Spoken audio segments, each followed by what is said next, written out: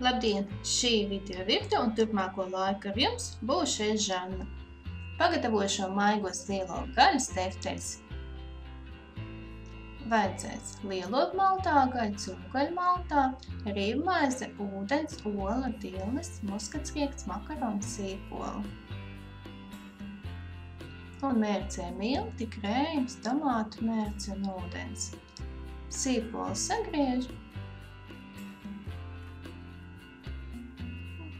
un cep augļā.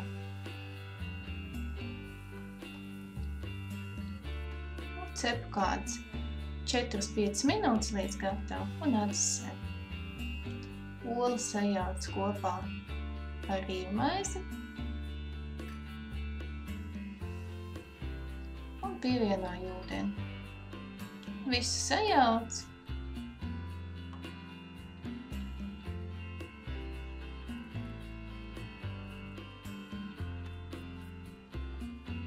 Ūdens vietā var arī izmantot pienu. Masai ļauj pastāvēt kādas minūtes 15. Sajauc lielopu gaļu un cūgaļu kopā.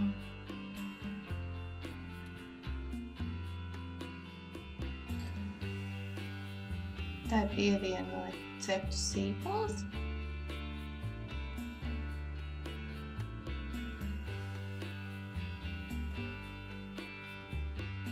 Sagatavoto rīvmaizi masu.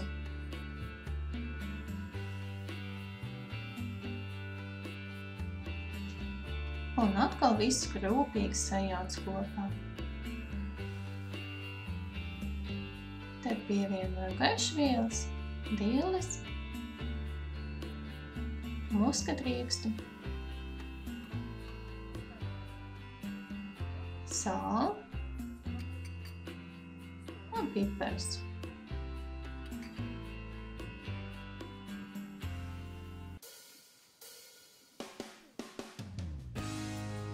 Un nedaudz maisot acitu gaļu. Tas jādara tāpēc, lai galā tefteļs neizjūg un turās kopā, kā jau arī, kad masa taisa kotletēm. Jo labāk gaļa ir atcista, jo labāk turās kotlets. Tagad lieku visu plēvu un novietošu leduskapī uz kādu stundu. Gaļa pastāvēja leduskapī. Un tagad veidošu nelielas tefteļus. Karotīti mērcēju augstā ūdenī, lai būtu vieglāk veidot tefteli.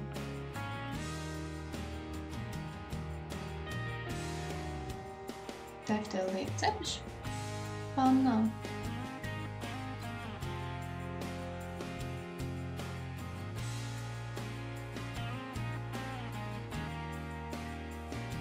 Man sanāca 27 tefteles un lieku cepšu krāsnī jau iepriekš sakarsētā uz 175–180 grādiem.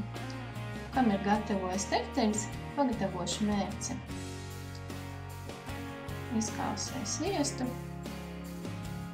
tad pievienoju kādu puskarotu tējkarotu miltus, dažas minūtes apcepu.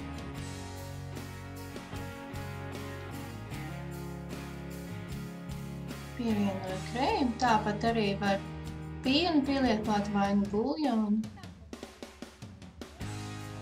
un karotītu tomātu mērces.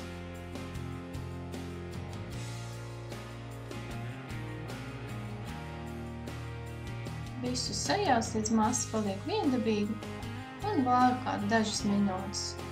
Ja ir nepieciešams, tad pievienoju nedaudz karstu ūdeni, kāds 50 ml.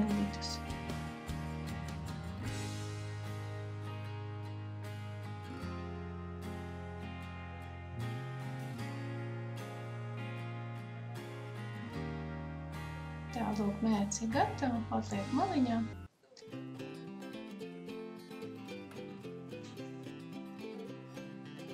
Verdošā ūdenī, salas ūdenī lieku klāt makaronus, tādas līgzdiņas. Un vārīšu 5 minūtes, kā arī rakstīts uz iepakojumu. Tefteļi gatavi, pagāja 15 minūtes.